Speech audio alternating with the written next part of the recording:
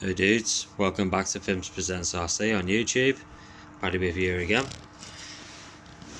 Now this toy hardbody is going to be going on a little El Cheapo build. Set a budget, 50 quid. I know that's very low, but it's kind of achievable. So this body cost me less than a fiver. More specifically £2.99 I think it was. Postage on top was a couple of quid as well, so let's just call it a fiver for the body. The slider chassis, let me just get for you. Oops, a daisy. Right, so this slider chassis here excuse me, this slider chassis here was in a lot with another lot, and it was 10 quid. Now, I've sold the other half of the lot because I wasn't interested in that. Obviously, someone took that for spares for themselves. I think it was an Acme Condor 110 or something like that.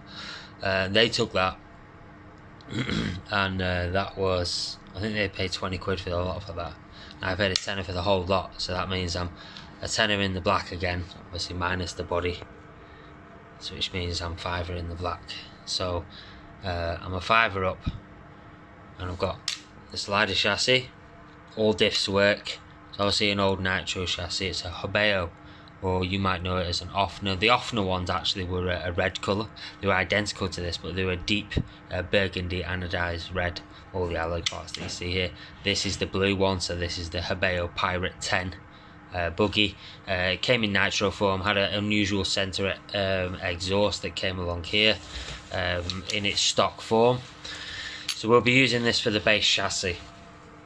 Pardon me, sorry.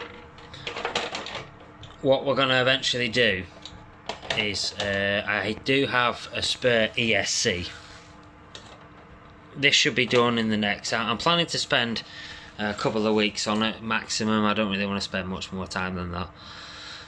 Now the ESC that we've got, this is an old Traxxas XL5 that Gene Carezzi sent me. Well, it was in the Traxxas Slash that Gene Carezzi sent me, should I correct myself. Now this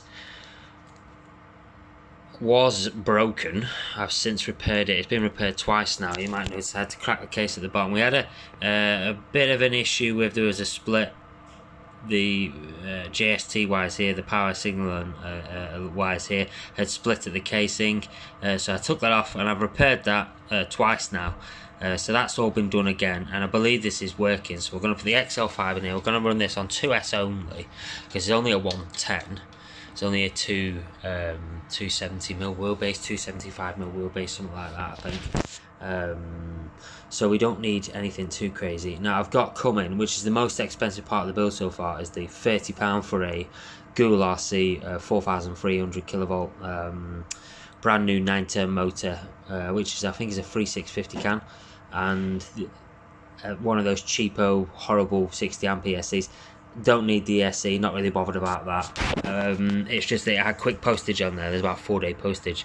So basically, so I'm £25 in the red, I'm £25 in, and I've got ESC, I've got motor coming, chassis, slider, everything's there. Servo wise, as soon as this is a budget build, I rummaged through my spares and I found this.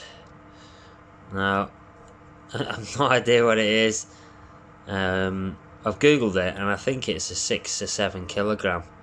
So I think, but they're all very, very similar. It's just a generic Chinese servo. But to be honest with you, 6 or 7 kilogram. We'll do this again because it's a 110.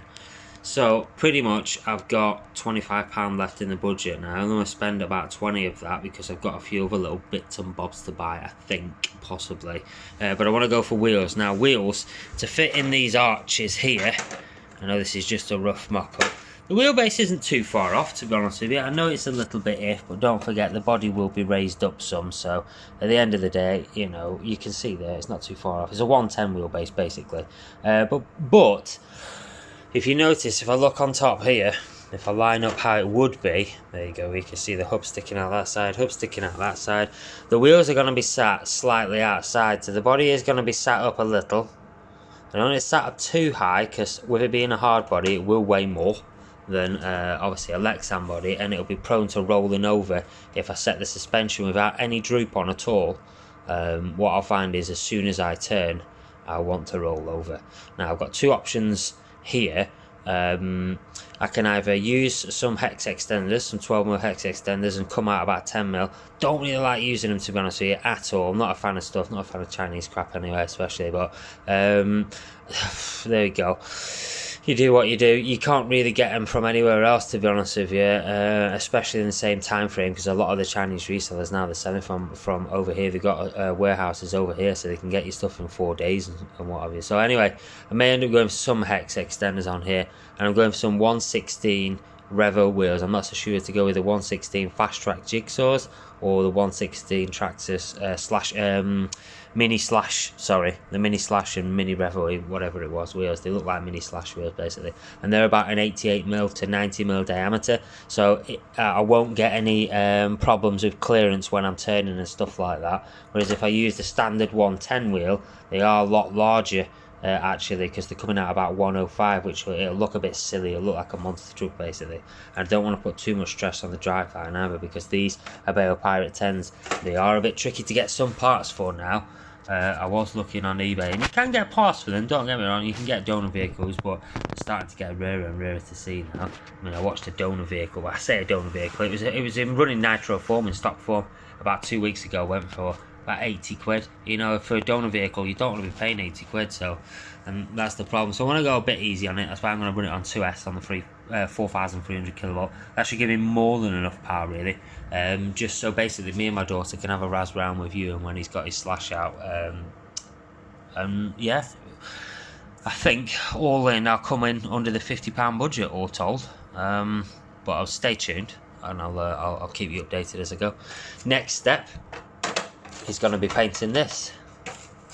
So I don't know what colour to go for this yet. I'm thinking just a bog standard silver, and just do some black trim on here, because what I think is going to happen is I'm going to have to build some sort of cage coming up and over from the chassis.